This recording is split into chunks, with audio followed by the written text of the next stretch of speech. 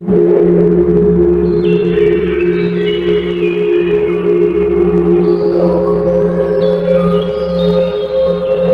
dark web's lost archive. I've always had a morbid curiosity about the internet's darker side, especially the dark web. People talk about the disturbing things hidden there, but no one really tells you how deeply terrifying it can be until you stumble upon something you weren't meant to find.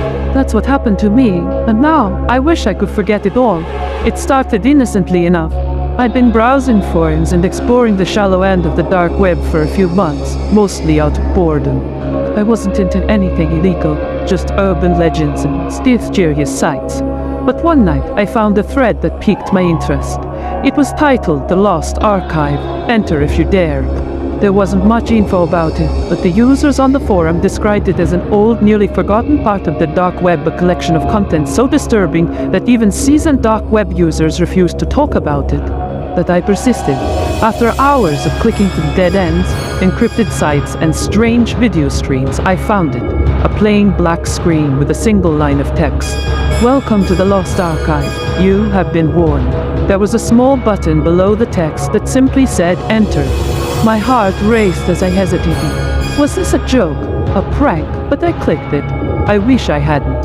The screen flickered for a moment before it loaded what looked like a collection of files. Each file had an odd title, Subject 13, Project Whisper, and Test 47. There were hundreds of them, all with vague but chilling names. I clicked on one called Echo. A video player appeared, and the footage was grainy, like an old VS tape. At first, the screen was black, but I could hear whispering unintelligible voices, too low to make out.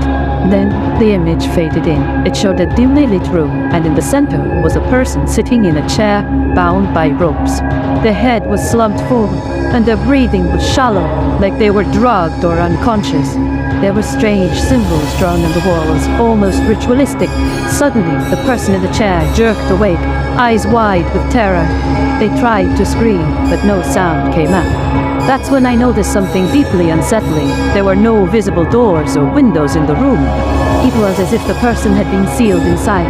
The video quality was poor, but I could just make out a shadow moving in the corner of the room. It wasn't human. Whatever it was, it didn't move like anything I'd ever seen before. The camera zoomed in, focusing on the person's face. They were sweating profusely, eyes darting around as if trying to escape from some unseen horror.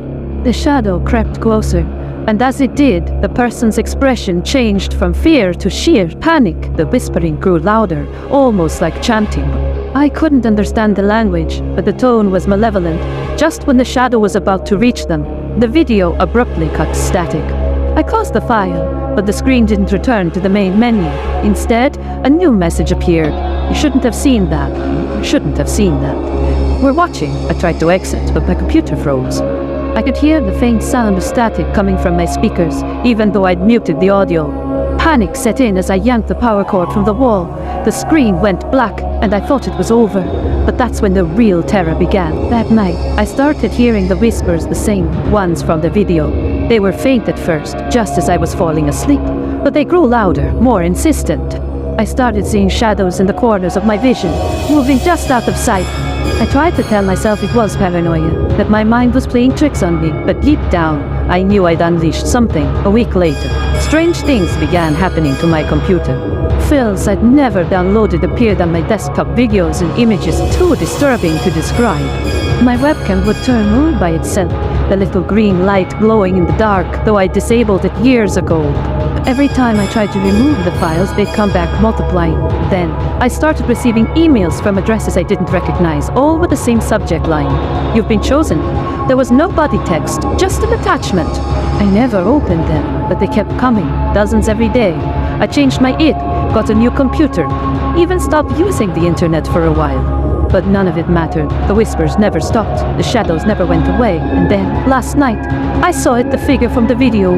It was standing at the foot of my bed, just watching me. I couldn't move. I couldn't breathe. It didn't do anything yet, but I know it's waiting for something. I haven't slept since. I don't know how much longer I can stay awake, but I'm terrified of what will happen when I close my eyes. If you're reading this, take my advice. Stay away from the Lost Archive. It's not just another dark web legend. It's real, and once you've seen it, there's no escape.